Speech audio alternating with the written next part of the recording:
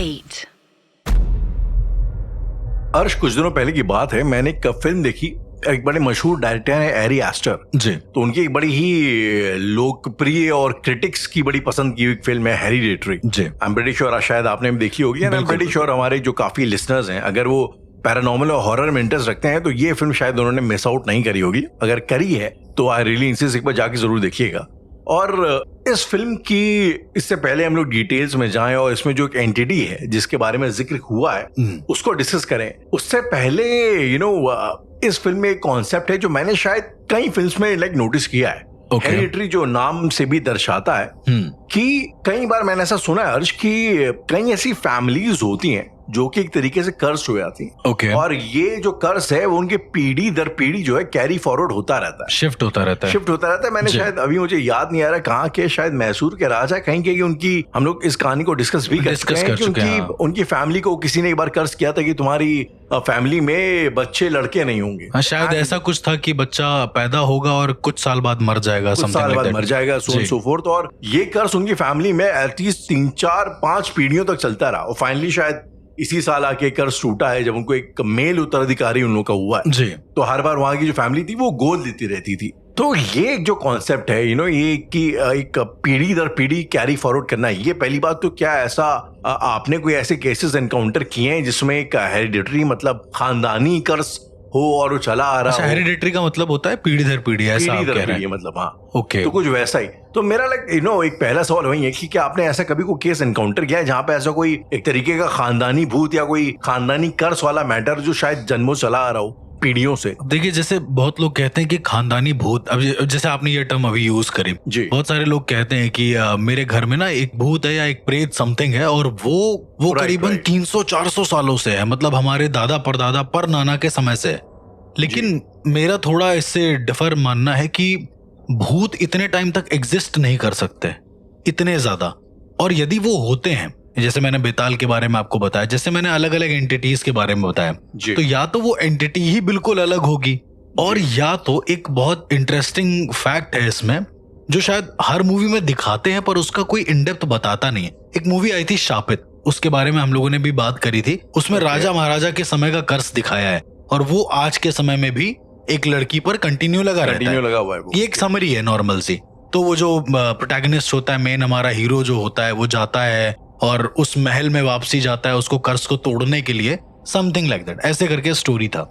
लेकिन अगर आप देखेंगे जितनी भी फिल्में हमें दिखाई जा रही हैं या फिर अगर आप रियल घटनाओं को भी देख लेंगे तो जो पुराने समय के कर्स हैं वो कर्स दर्शाते हैं स्पिरिट को, स्पिरिट नहीं दर्शाती हैं कर्स को। इसको थोड़ा एक्सप्लेन करिएगा। मैं इसको थोड़ा सा जी एग्जैक्टली डिफाइन करते हैं स्पिरिट को। हाँ, मतलब कोई भी स्पिरिट नहीं डिफाइन करती है कि वो कर्स कैसा होगा। उदाहरण के तौर पे यदि वो कोई भूत है, यदि उसकी मौत जल के हो गई राहुल, तो भूत ये नहीं डिफाइन करेगा कि उसे कितने समय तक रहना है, राइट?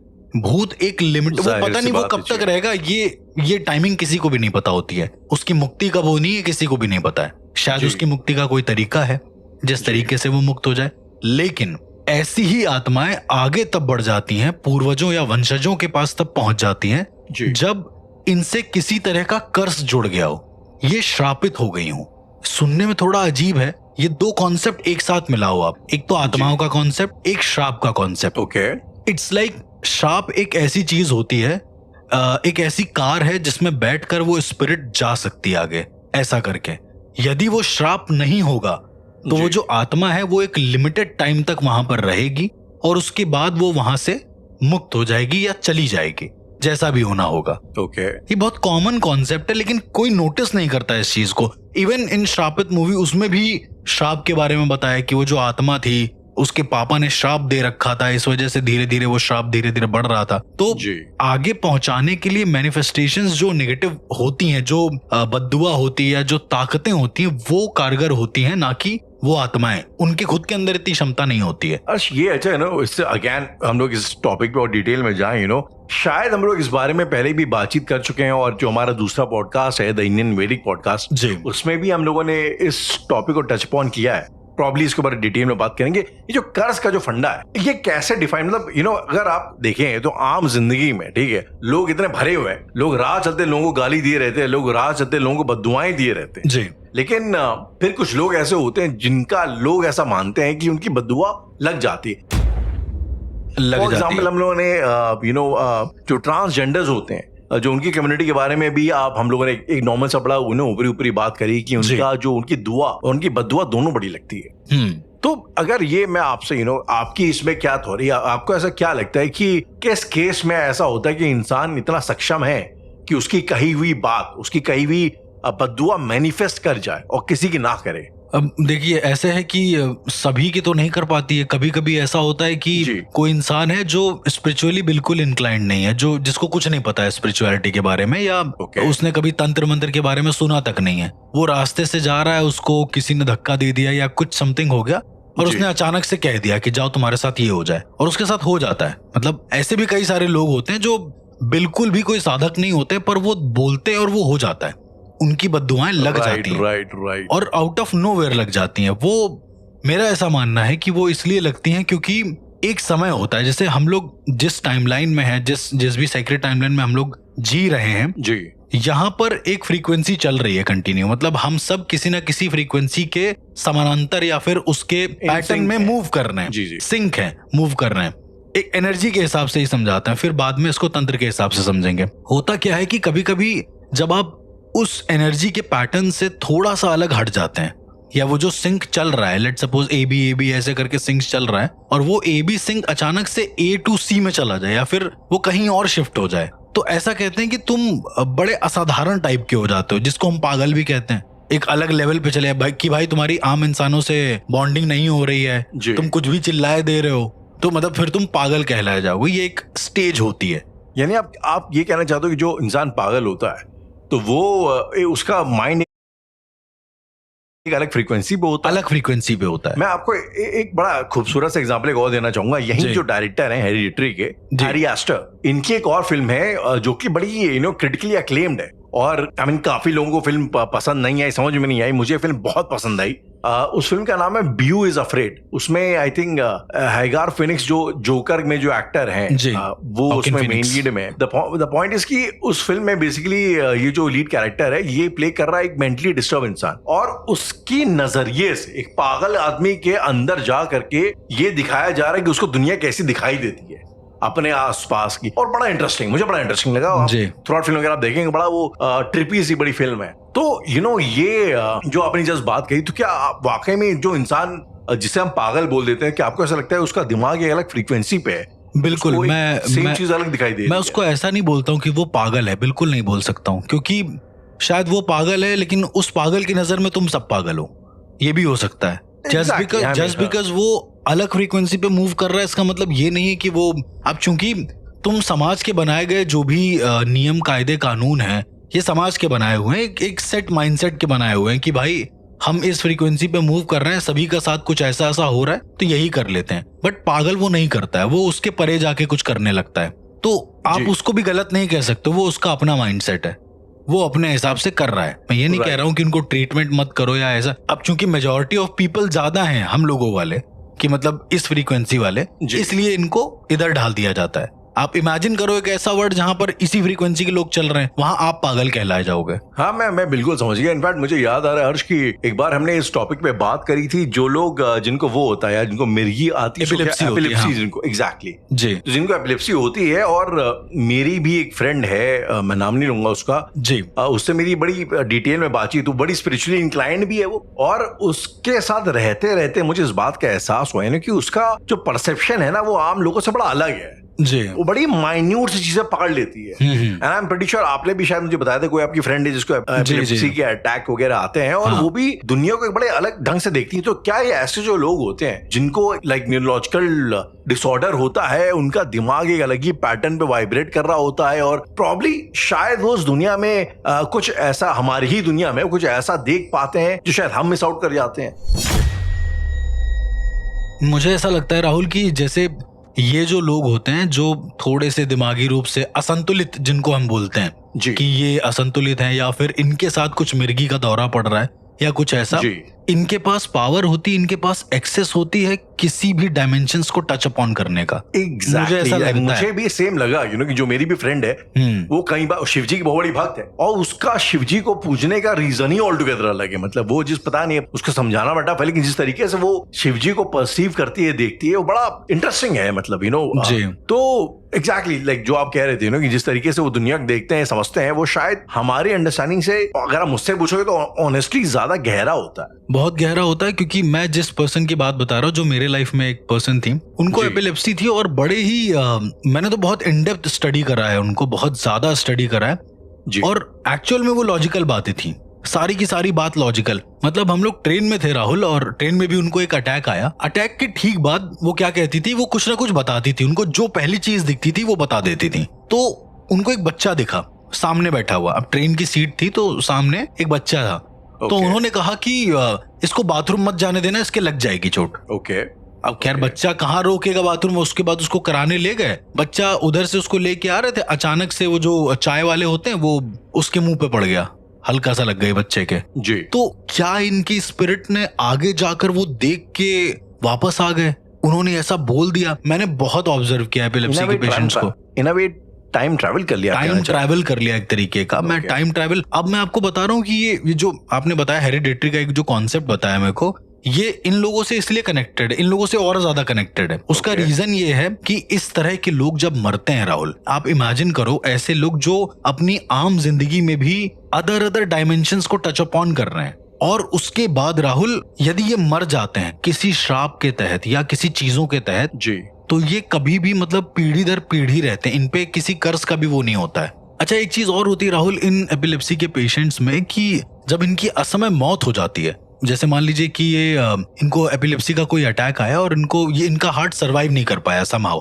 इनकी वेगस नर्व में दिक्कत हुई और ये मर गए अचानक से। तो ऐसा कहते हैं कि इनकी स्पिरिट को कभी शांति मिलती ही नहीं है, पॉसिबल ही नहीं है इतनी जल्दी मिलना। क्या बात करें आप, जो एपिलेप्सी के पेशेंट होते हैं। जी, मैं पीढ़ियों की बात तो बाद में करूंगा, मैं पहले इसकी बात करूंगा कि ये जब मर जाते हैं तो इनकी आत्मा को इतनी जल्दी तृप्ति मिलती भी नहीं है, और यही जो स्पिरिट्स होती हैं, समहाउ ऐसा सुनने में आया, मैंने कभी ऐसा केस हैंडल तो नहीं किया है कि वो पीढ़ी दर पीढ़ी चल रहा है एपिलेप्सी के किसी पेशेंट का, पर ऐसा जरूर सुना है कि वो कम से कम 700-800 सालों से टिका हुआ है वो कर्ज। और वो खुद ही एक तरीके का कर्ज बन जाता है, उसमें किसी को कर्ज देने की जरूरत नहीं पड़ती कि जा तेरा सर्वनाश हो जाए या कुछ ऐसा हो जाए। तो यदि कोई पेशेंट मर गया और उसकी, अब एक तो उनकी जो इच्छाएं हैं वो इस दुनिया की है भी नहीं, वो अलग अलग डायमेंशंस की इच्छाएं हैं, ऐसे आप मान के चलो, क्योंकि वो लोग इस दुनिया के बारे में सोचते ही नहीं ना, कुछ अलग तरीके से देखते हैं। एपिलेप्टिक के पेशेंट्स की बात करें, मैं उन्हीं की बात कर रहा हूँ। उनका रीजन ये है कि वो, अच्छा, जो एपिलेप्सी के पेशेंट्स होते हैं, सब नहीं, मैं कुछ ऐसे खास पेशेंट्स की बात कर रहा हूँ जो अपने आप कह सकते हैं कि ड्रीम वर्ल्ड को टच अपॉन करके आ जाते हैं, उनको पता चल जाता है क्या है क्या नहीं है, ऐसा करके यो जिनसे भी कनेक्टेड होते हैं, जिनकी भी ऊर्जा से कनेक्टेड होते हैं। तो ये मैंने खुद ने महसूस किया बहुत ही शॉकिंग तरीके से। मतलब मुझे जो सपना आ रहा है वो उसको पता है कि मुझे क्या आ रहा है। उदाहरण के तौर पे मुझे एक सपना आता है और मैं उस सपने में किसी जंगल में होता हूँ और वहां पानी नहीं मिल रहा है मुझे, फिर कोई बाबा मिलते हैं, पानी दे देते हैं, फिर बाबा के घर में उनका परिवार होता है पूरा, ठीक है, खाना खा रहा होता है, एक इमेजिनरी मैं आपको बता रहा हूँ, ठीक है। और ये होने के बाद मैं सपने से अपने वापस आता हूँ, फिर मैं इस पर्सन से मिलता हूँ, तो ये पर्सन कहती है कि आप अच्छे लग रहे थे, हमने आपको देखा था, आप खाना मांगने आए थे। नाउ इमेजिन कि वो बाबा की फैमिली के जो बच्चा था उनमें से एक इंसान ये थी, ऐसा करके। ये तो इंसेप्शन वाला टाइप का लग रहा है। हाँ, ये कुछ वैसा ही कॉन्सेप्ट है। ऐसी मतलब मेरा ऐसा मानना है कि ऐसी आत्माएं, एपिलेप्टिक जितने भी पेशेंट्स होते हैं, जो खास तरीके के पेशेंट्स होते हैं जी, वो जब मरते हैं तो और ज्यादा वो चीजों को कह सकते हैं कि टैकल करने लगते हैं। जैसे आत्मा की अपनी एक विल होती है जो बहुत ज्यादा स्ट्रांग होती है। आप ऐसे मान के चलिए कि जो आत्मा है, जो शरीर है नॉर्मल, हम लोग जितना सोच पाते हैं, आत्मा उससे डबल ट्रिपल कर ले जाती है। यदि उसके अंदर ऐसे भाव हैं तो उसका जो वंग भंग जिसके बारे में हमने आपको बताया था, उसकी जो खुद की कॉन्शियसनेस है, अगर वो उसके अंदर है तो वो कुछ और ही कर लेगी। मैं एक बंदी को जानता था जिसके पास एपिलेप्सी नहीं थी, पर उसको डॉक्टर ने यही बोला था कि तुमको एपिलेप्सी है, और 90% वो एपिलेप्सी नहीं थी राहुल, वो नहीं थी एपिलेप्सी। उसको किसी ऐसी स्पिरिट ने पोजेस करा था जिसको कभी एपिलेप्सी होती थी, ऐसा करके। ये बड़ा इंटरेस्टिंग था। और वो लड़की बेचारी बोल बोल के थक गई कि मम्मी मुझे अटैक नहीं आते हैं एपिलेप्सी के। देयर इज सर्टेन, अगर आप देखोगे ना एपिलेप्सी के पेशेंट्स को, तो 2-3 चीजें बहुत कॉमन होती हैं उसमें कि वो अपनी जीभ दबा लेते हैं बहुत ज्यादा, ठीक है, पैरों के अंगूठे बहुत तेज से दबा लेते हैं, फोल्ड कर लेते हैं, को जो भी आसपास चीज दिखेगी उसको पकड़ लेंगे। तो ये ऐसा कुछ नहीं करती थी, पर इसको फिर भी एपिलेप्टिक बोला जाता था। ये बस केवल हाथ पैर जोर जोर से हिलाने लगती थी। तो आप जब बहुत ज्यादा स्टडी करेंगे तो आपको समझ में आएगा कि एपिलेप्सी में और ये जो लड़की को हो रहा था, ये जमीन आसमान का अंतर था। फिर उसको बाद में जाके कहीं जब मैंने देखा है तो मैं तो उसको सही नहीं कर पाया, टू बी वेरी ऑनेस्ट, क्योंकि इतना ज्यादा टाइम मिला नहीं इंटरेक्ट करने का। फिर किसी और बाबा ने उसको सही कर दिया ऐसा करके। क्या से ये, अब अगर आप एपिलेप्सी की बात करें, ठीक है, तो वो एक न्यूरोलॉजिकल इशू है, वो एक शरीर का इशू है। तो क्या ये इशू स्पिरिट में कैरी ऑन, क्योंकि हमें तो नहीं पता है ना कि आत्मा अजर टाइप की है, तो उसमें बॉडी की इफेक्ट्स का, अभी अगर कोई पोलियो का पेशेंट है तो उसकी जो आत्मा होगी, आई डोंट थिंक सो उसकी आत्मा को भी पोलियो का नहीं, वैसा नहीं होगा। वही तो मैं नहीं, वो अब देखिए, शायद आप समझ नहीं पाए। मेरा बताने का तरीका राहुल ये था कि लेट सपोज वो लड़की है जो एकदम ठीक है, उसको किसी ऐसी स्पिरिट ने पोजेस करा जिसको उसकी जिंदगी में एपिलेप्सी थी, राइट? तो मैंने आपको एक ऐसा भी केस बताया था ना कि एक जो मास्टर थे, जिंदा थे और अपने जीवन काल में बहुत लोगों को मारते थे, तो जो उनकी स्पिरिट का नेचर था वो भी वैसे ही था, ये दिखाने के लिए कि वो वही हैं, ऐसा करके। स्पिरिट की अपनी कोई वो नहीं है कि मतलब उसको एपिलेप्सी है, पर उसको ये बताने के लिए कि ये उसी लड़की की आत्मा है जिसको एपिलेप्सी है जी, उसको वो नेचर शो करना पड़ता है ऐसा करके। उसका अपना वो नेचर नहीं होता है, स्पिरिट का कोई नेचर नहीं होता है, स्पिरिट नॉर्मल होती है। Exactly, that's the way I thought. ठीक है। तो अब जैसे मैंने आपको इसके बारे में बताया, तो ये जो हेरिडिटरी वाला जो आप कॉन्सेप्ट बता रहे हैं ना मुझे, कि क्योंकि मैंने भी पिक्चर देखी थी और बहुत अलग लेवल की पिक्चर है वो, कोई जंप स्केयर नहीं, आपको डर भी को ना लगे देखते हैं। एक्चुअली बड़ी बात ये है, इसमें कोई जंप स्केयर का ज्यादा ऐसा खास इस्तेमाल किया नहीं गया, मतलब है भी ही नहीं, केवल बीजीएम है हल्की फुल्की। जी, मतलब कॉन्सेप्चुअली फिल्म बड़ी खतरनाक है। हाँ, तो मतलब मुझे ऐसा लगता है, पहली बात तो मेरी पहला थिंकिंग ये है कि जो एपिलेप्सी के बहुत अलग लेवल के पेशेंट्स होते हैं, उनका जो कर्स होता है, उनका जो श्राप होता है, वो पीढ़ियों तक चलता है, वो हमेशा चलता है। अब मैंने ज्यादा रिसर्च नहीं किया है तो मैं ज्यादा नहीं बोल पाऊंगा। नहीं, बट ऐसा कभी कोई आपको केस एनकाउंटर हुआ है? इक्का दुक्का मैंने ऐसा केस देखा है जहां पर मैंने स्पिरिट नहीं देखी है, मैंने उसके कॉन्सिक्वेंसेस नहीं देखे, पर जिसके घर में ये केस हुए हैं उनसे मैंने पूछा है तो उन्होंने बोला कि बाबा को एपिलेप्सी थी, मतलब उनके बाबा के जो बाबा थे बहुत पहले, मतलब 150-200 साल पुरानी कोई स्पिरिट आज भी उस घर में है। और वो जो जब उनकी पुण्यतिथि होती है, जैसे मान लीजिए उनकी पुण्यतिथि है 17 तारीख को, समथिंग लाइक दैट, तो उस पुण्यतिथि को घर का जो सबसे ज्यादा बूढ़ा मेंबर है उसको एपिलेप्सी का अटैक आएगा, ठीक उसी तरीके से जैसे इनके परबाबा या पर नाना को आया करता था। और उस एपिलेप्सी के अटैक में ये घर के बारे में चीजें बताएंगे, अटैक के साथ ही साथ कि तुम ऐसा कर लो। आप बुराड़ी का एक लाइटर वर्जन मान के चलो, पर रियल इन अ वे। और वो कह रहे हैं कि मुझे मरे कम से कम 150-200 साल हो गए हैं, बॉडी पूरी एकदम मुंह से झाग वाग निकल रहा है, बोल रहा है कंटिन्यू। तो इतना बड़ा कोई एक्टर नहीं होता है राहुल की जो इतना ज्यादा प्रिटेंड कर ले, एपिलेप्सी प्रिटेंड कर ले, इतना बड़ा कोई एक्टर मैंने नहीं देखा आज तक। Right, coming back to the movie Hereditary, Arsh, again अगर इस फिल्म की बात करें तो इस फिल्म में एक एंटिटी का जिक्र हुआ है, नाम लिया गया है। एंड अभी कुछ लोग ऐसा कहते हैं कि उस एंटिटी का नाम लेना भी शायद पब्लिक स्पेस में ज्यादा अच्छा नहीं माना जाता है, ऐसा लोगों का मानना है, ऐसा कई लोगों का मानना है जी। तो but I still take the name is Paimon. हाँ। एक एंटिटी का पाइमॉन जिसका नाम लिया गया है, और ये कहते हैं आई थिंक ज़्यूस के बेटे थे, या जो भी ओडिन का बेटा थे, ओडिन सॉरी ओडिन के बेटे थे, और ये निकाल दिए गए थे। He was a king, he was king of mischiefs, और ये जो है उनकी राजशाही से निकाल दिए गए थे। उसके बाद ये बगावत कर देते हैं, उसके बाद खुद की अपनी एक ये बनाने। आई थिंक इसका एक एग्जाम्पल इस्लाम में शायद शिद्दात है, शिद्दात भी होता है जो निकाल दिया जाता है, उसके बाद वो खुद की एक जन्नत बनाने की फिराक निकलता है। तो ये भी होता है जो अपनी खुद की दुनिया, एक खुद की जन्नत बनाने की फिराक निकलते हैं, Paimon. I think so, I am not very sure of the concept. अच्छा, इसमें जिक्र किया पाइमॉन का, और ये बताया गया कि पाइमॉन एक किसी मेल बॉडी के ऊपर आता है, उसको पोजेस करता है ना वे, और जो भी उसमें एक्सेस करता है ये उसको बहुत ज्यादा इनाम देता है। तो जिसकी वजह से शायद इस फिल्म में जो लीड कैरेक्टर होती हैं और जो उनके साथ ये सब होता है, कि जी। उनकी फैमिली पे पाइमॉन का कर्ज करवाने के लिए उनको जो है वो बेदाती फुजलाती है। तो ये जो पाइमॉन का कैरेक्टर है, और ये मुझे ऐसा लगता है कि शायद कहीं ना कहीं हर माइथोलॉजी में एक पाइमॉन टाइप का कैरेक्टर इन अ वे डाला गया है, खासतौर पे अब्राहमानिक कल्चर्स में। जी। तो इसका क्या सिग्निफिकेंस है आपकी नजर में, और पाइमॉन की स्टोरी क्या है आपके हिसाब से? ठीक है, तो पाइमॉन मतलब बहुत लोग कहते हैं कि उनका नाम लोगे अगर रात में तुमने 12 बार पाइमॉन का नाम लिया, मैं प्रयोग नहीं बता रहा हूँ बाय द वे, ये सुनी सुनाई बातें हैं, बाकी अपने विवेक के हिसाब से काम करें। तो बहुत लोग बोलते हैं कि रात में शीशे के सामने तुम पाइमॉन पाइमॉन करके, हेल पाइमॉन करके बोलोगे तो पाइमॉन तुम्हारे सपने में आएगा 21वें दिन, ऐसा करके। ये लोगों का अपना अपना मानना है, सैटेनिक कल्चर्स जो होते हैं उनका एक अपना एक रूल होगा। लेकिन मुझे ऐसा लगता है कि किसी राक्षस को, किसी डीमन को इंसान के शरीर में लाना और उसके बाद उसे धरती का राजा बना देना या कुछ ऐसा करके, ये जो बड़े खतरनाक टाइप के कॉन्सेप्ट होते हैं, ये एग्जिस्ट नहीं करने चाहिए, ये होते ही नहीं है, मुझे ऐसा लगता है। क्योंकि राहुल, सुनने में अजीब लगेगा, आपने आज तक राहुल कौन सा ऐसा इंसान देखा है या फिर कौन सा ऐसा केस देखा है आपने या सुना है जहां पर इंसान के शरीर में जो स्पिरिट है या जो भी लेट सपोज पोजीशन है, ठीक है, वो कम से कम नहीं तो 16-17 सालों से ऊपर टिक गया है? आज तक ऐसा कोई केस नहीं आया राहुल।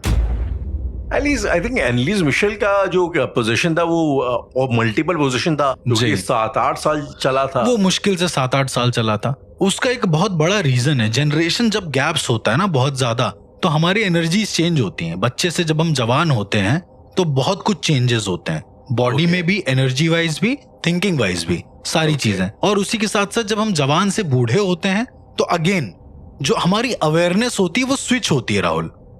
आप अगर देखेंगे बच्चे से बड़े पे जाएंगे तो अवेयरनेस कम होती जाएगी, फिर बड़े से जब हम बड़े से जब हम बूढ़े पे जाएंगे तो अवेयरनेस थोड़ी बढ़ जाएगी, क्योंकि हम मौत के करीब जा रहे होते हैं एक तरीके से। तो कहने का मतलब ये है, जब अवेयरनेस स्विच होती है ना, तो जो अंदर बॉडी की स्पिरिट होती है वो टिक नहीं पाती है ज्यादा देर।